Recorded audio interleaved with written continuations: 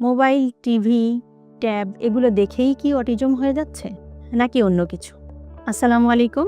সবাইকে অনেক, অনেক শুভেচ্ছা। আমার কাছে একজন শিশুকে নিয়ে মা-বাবা এসেছিলেন গত সপ্তাহে এবং ওনারা বললেন যে, "আমি ছোটবেলায় বাচ্চাকে প্রচুর মোবাইল দিয়েছি। কারণ আমার কষ্ট হচ্ছিল সংসারের সমস্ত কাজ একা করা, বাচ্চাকে দেখা সবকিছু নিয়ে ভীষণ কষ্ট পাচ্ছিলাম। তো আমি ভাবলাম কি আমি যদি ওকে ট্যাব দিয়ে রাখি বা মোবাইল দিয়ে রাখি তাহলে ও তো আমাকে ডিস্টার্ব কম করছে, তাহলে ও থাক এভাবে। আমি আমার মতো করে কাজ করতে শুরু করছি এবং আমি সারাদিন আমার নিজের সমস্ত কাজ করতে আরাম বোধ করছিলাম যে না ও বাচ্চা তো ডিস্টার্ব করছে না, বাচ্চা তো নিজের মতো আছে, ভালো আছে, থাক, আমিও হ্যাপি, সেও হ্যাপি। তো এখন যখন বাচ্চা 3 বছর বয়স হয়েছে আর এখনো যখন বাচ্চা তাদের দিকে মনোযোগী হচ্ছে না, তাদের দিকে তাকাচ্ছে না এবং আই কন্টাক্ট করছে না, তখন ওনারা বিভিন্ন প্রফেশনালদের কাছে যাওয়া শুরু করলেন এবং তার ডায়াগনোসিস হলো অটিজম। তাহলে এখন ওনারা হাউমাউ করে কাঁদছে যে তাহলে সেই সময় আমি ভুল করেছি, তাকে মোবাইল দিয়ে রেখেছি বলেই তার অটিজম হয়েছে। তো মা বাবা, আপনাদের জন্য যেটা কথা, দর্শক মণ্ডলী আজকের পুরো ভিডিওটি দেখবেন, এটা খুবই গুরুত্বপূর্ণ। আমি উম্মে সাইকা নীলা, একজন কনসালটেন্ট অকুপেশনাল থেরাপিস্ট এবং সেন্সরি ইন্টিগ্রেশন স্পেশালিস্ট। দীর্ঘ 18 বছর ধরে বিশেষ শিশুদের জীবনমান উন্নয়নের ক্ষেত্রে ভূমিকা রাখছি। তো যেটা বলছিলাম যে শুধুমাত্র মোবাইল দেখার কারণেই কি অটিজম হয়? বৈজ্ঞানিক গবেষণায় এখনো পর্যন্ত এটা প্রমাণিত হয়নি। সেই 1910 সাল থেকেই কিন্তু অটিজম নিয়ে গবেষণা চলছে যে কি কারণে অটিজম হয়। এখনো পর্যন্ত অটিজমের যে মূল কারণ, যে স্পেসিফিক, যে এই একটা কারণ হলেই অটিজম হবে এটা নিশ্চিত, এই কারণটি স্পেসিফিক, এই কারণটি এখনো খুঁজে পাওয়া যায়নি। তবে অনেকগুলো ফ্যাক্টর এখানে বলা হচ্ছে, অনেকগুলো ফ্যাক্টর যে এটার জন্য দায়ী হতে পারে। এই রিস্ক ফ্যাক্টরগুলোর জন্য অটিজম হতে পারে, আবার নাও হতে পারে। কারণ একই সিস্টেমের মধ্যে দিয়ে আরও শত শত বাচ্চা যাচ্ছে, তাদের তো হচ্ছে না, তাহলে এই বাচ্চাটিরই কেন পরে অটিজম ডায়াগনোসিস হলো? তার মানে গবেষণা অনুযায়ী বাচ্চাটির আগে থেকেই তার ভিতরে অটিজমের সিমটম ছিল, বাবা মা হয়তো লক্ষ্য করেননি।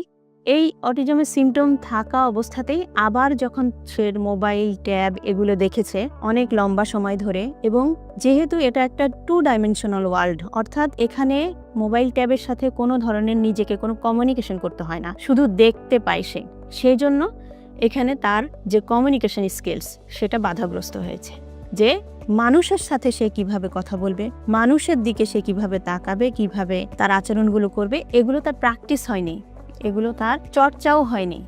সে মোবাইল, ট্যাব এটা দেখেছে, যার ফলে তার ভিতরে যে আগের থেকেই অটিজম ছিল সেই বিষয়টা তো বাবা মার পক্ষে বোঝা সম্ভব না, এজন্য ওনারা বুঝতেও পারেননি এবং এই মোবাইল ট্যাব দেখার কারণে এটা প্রভাবিত হয়েছে, মানে আরো বেড়ে গিয়েছে। তার একা একা সময় কাটানো, মা বাবার সাথে রেসপন্স না করা, এই যে বিষয়গুলো এগুলো আরো বেশি বেড়ে গিয়েছে। তাহলে যেই সব রিস্ক ফ্যাক্টরগুলো বলা হচ্ছে সেগুলো কি হতে পারে?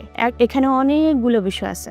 কখনো কখনো বলা হচ্ছে যে জেনেটিক কারণে, জেনেটিক্স একটা কারণ হতে পারে যার কারণে বাচ্চার অটিজম হতে পারে, আবার নাও হতে পারে। আবার অটিজম বাচ্চাদের ক্ষেত্রে বলা হচ্ছে যে তাদের ব্রেনের ভিতরের যে ডেভেলপমেন্ট সেটা আর্লি স্টেজে, অর্থাৎ মায়ের গর্ভে যখন সে ছিল সেই অবস্থাতে যখন ব্রেনটার ডেভেলপমেন্ট শুরু হয় সেই সময় বেশি ডেভেলপমেন্ট হয়ে গেছে, আর্লি ব্রেন ওভার গ্রোথ বলে। এটাও একটা কারণ যার কারণে যে সে পরবর্তী সময়ে তার ব্রেনের যে স্ট্রাকচার আছে সেটার একটা চেঞ্জ হয় এবং সেজন্য তার ফাংশনেও চেঞ্জ হয়। সো এই যে এখন বোঝা যাচ্ছে কি যে মাতৃগর্ভে থাকা অবস্থাতেই কিন্তু তার সিমটম শুরু হয়ে গিয়েছিল। তাহলে আপনার জন্মের পরে 1 বছর থেকে 3 বছর বয়স, টানা 2 বছর আপনি মোবাইল দেখিয়েছেন, সেই জন্যই তার অটিজম হয়েছে এটা নিশ্চিতভাবে বলা যাবে না। তার যদি সেই জায়গাটাতে আগের থেকেই আর্লি ব্রেন ওভারগ্রোথ হয়ে থাকে তাহলে অবশ্যই সে মোবাইল দেখুক বা না দেখুক তাহলেও কিন্তু তার এই সিমটমগুলো আসবে। তবে একটা কথা, যে মোবাইল, টিভি সবার জন্যই আসলে ক্ষতিকর। যদি লম্বা সময় ধরে কেউ মোবাইলের উপরে আসক্ত থাকে তাহলে তার অনেক ধরনের ডিস্ট্রাকশন তৈরি হয়, চোখের জ্যোতি খারাপ হয়, তারপরে যে এই যে ওয়েভ, মোবাইলের যে ফ্রিকোয়েন্সি, ভাইব্রেশন, এগুলোতে ব্রেনের অনেক ধরনের সমস্যা হতে পারে। তো এগুলো থেকে বাচ্চাকে আসলে দূরে রাখা উচিত।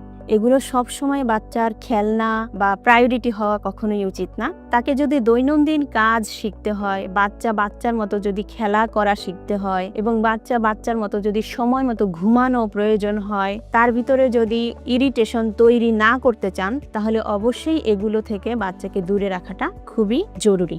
তো দর্শক, আজকে এ পর্যন্তই। এই ধরনের তথ্যমূলক ভিডিও পেতে আমাদের ইউটিউব চ্যানেলে লাইক, কমেন্ট, শেয়ার দিয়ে আমাদের সাথে থাকুন। ধন্যবাদ সবাইকে।